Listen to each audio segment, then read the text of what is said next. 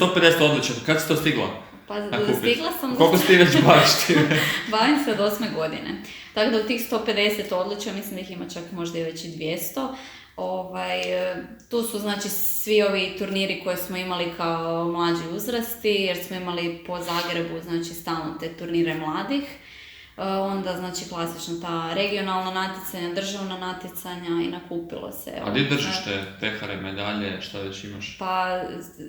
Imaš jednu sobu doma za to? Znači prije sam imala na zidu, kako to valjda svi sportaši imaju, zabijaju čavle i vješaju medalje, ali jednostavno je već postalo toliko srušio bi se zid, valjda. Da, popunila sam već zid i onda smo, evo, sa mamom sam odlučila da ćemo to sve spremiti, lijepo smo to sve skinule, zapakirale u kutije i naravno to se čuva, to ne dam za ništa na svijetu. A koliko ti znači ta odličja? Jel se nekad onak odeš pogledati malo te medalje što se osvojila ili ne baš toliko? Mislim, pa volim si stvarno pogledati ove tipa medalje i odličja sa svjetskih prvenstva, znači tih međunarodnih, njih držim na ovak jednom posebnom regalu. A, to su one glavne. Da, i to je ono, ili tipa priznanje što smo dobili od Olimpijskog odbora ili sva ta, ne znam, od grada. Čekaj, kuglanje kad smo kod toga nije olimpijski sport? Nije. Ali ste dobili od Olimpijskog odbora? Od Olimpijskog odbora, da. A ti žao to što nije? Pa je, jer mislim da kad gledam sve te sportaše, da je svima želja nastupati na olimpijskim igrama. Da, ne znam zašto ne bi to bilo, mislim... Nažalost, jer kuglanje nije na svim kontinentima. A, to su kriteriji, da. Da, čak i što se tiče ovih kategorizacija sportaša, isto tako nam je to malo problem, pošto smo samo većinom u Europi i naravno nema se novaca, nema se ni mogućnost onda da se i to proširi na druge kontinente ili...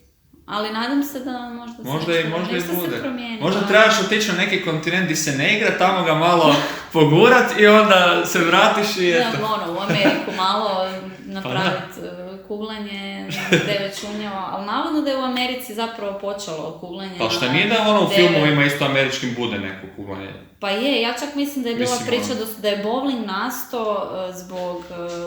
prohibicije koja je bila u Americi i onda su morali, pošto su uvijek uz kuglanje volili pit i onda kako je bio zabranjen alkohol, onda su izmislili, znači kuglanje je zabranjeno, ali kuglanje na 10 čunjeva nije. Da tu bila ta. A moguće.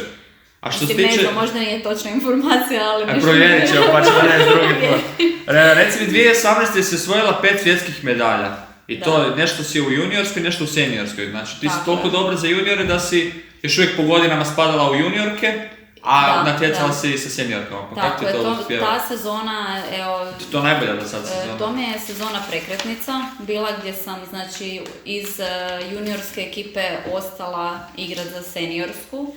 I možda jedna od najvažnijih meni sezona, znači što se tiče mog osobnog napretka. Tako da, bila sam znači u juniorskoj reprezentaciji i ostala sam na kraju igrati za seniore, pošto sam stvarno dosegla tu razinu.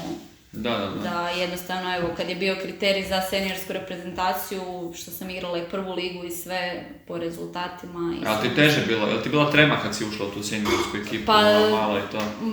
Više mi je bila neka pozitivna trema, ali čak mogu reći da je i to nestalo, pošto sam juniorski, prvo smo igrali juniorsko i to sam stvarno odradila odlično i napunila sam se samopouzdanjem. I onda kad je došao taj seniorski, u jednu ruku daćeš sve od sebe da daš maksimum i da se potrudiš napraviti što više možeš, a onda u drugu ruku si sretan da si uopće došao u seniorsku, jer si tek, evo ja sam tada imala znači 21 godinu i sad sam već seniorka i već se natječem i već sam u toj konkurenciji bila u vrhu. A koji je uopće dob do koje se može baviti kuglanjem? Jesi bila tipa, zanima me, ti si imala tad 21, bio neko tipa od 40?